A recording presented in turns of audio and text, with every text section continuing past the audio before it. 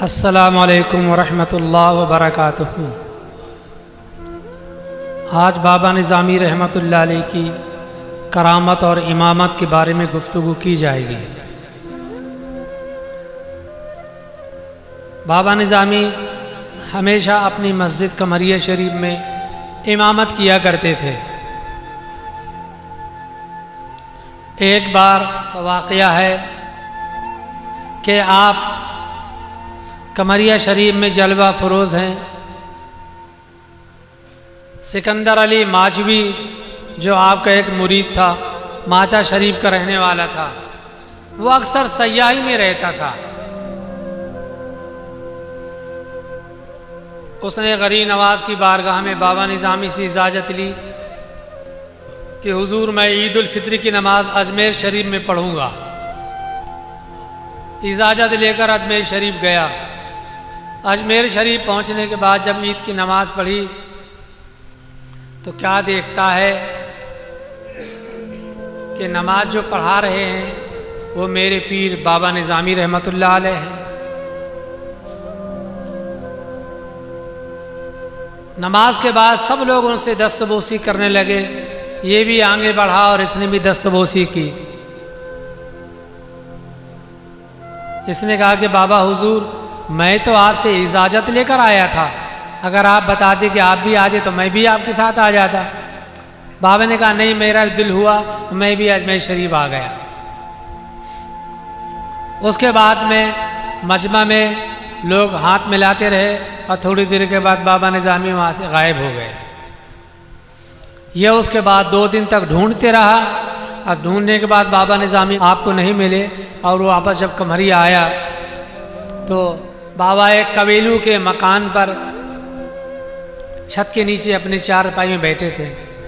सलाम दुआ के बाद उसने कहा बाबा आप कब आ गए?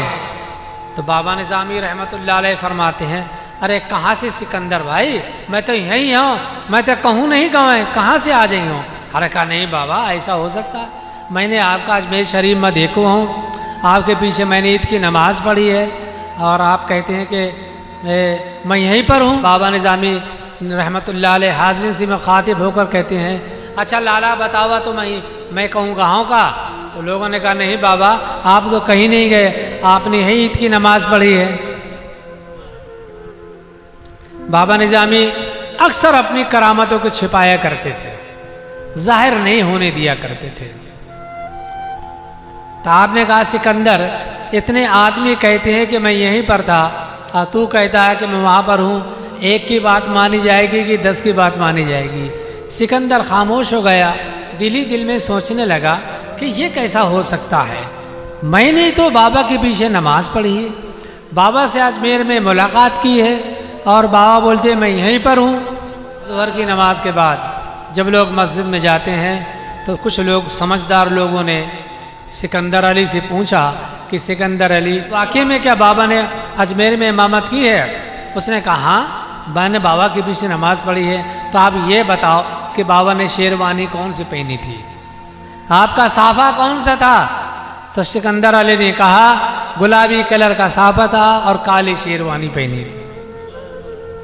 अल्हम्दुलिल्लाह बाबा निज़ामी ने यही शेरवानी पहनी थी ईद के दिन और यही साफ़ा गुलाबी कलर का बांधा था और कमरिया की ईदगाह में नमाज पढ़ाई थी। ये करामत आपकी कि आप यहाँ भी नमाज पढ़ा रहे हैं, आप वहाँ भी नमाज पढ़ा रहे हैं।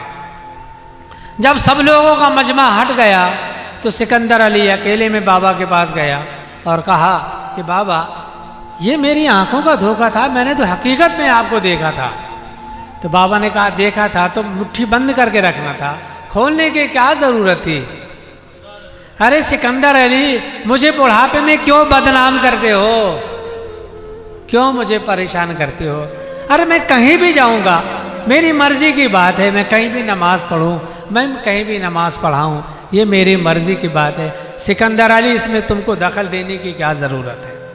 देखा आपने कि आप अरसा दराज तक ईद की नमाज अजमेर शरीफ में भी पढ़ते रहे और पढ़ाते रहे और आप उसी वक्त में कमरिया में शरीफ में भी नमाज़ पढ़ते रहे और नमाज पढ़ाते रहे। अल्लाह ने आपको वो वो विलायत का दर्जा अता फरमाया था कि आप एक वक्त में कई जगह पर जलवा फरोज हुआ करते थे। ये आपकी अदना करामत थी।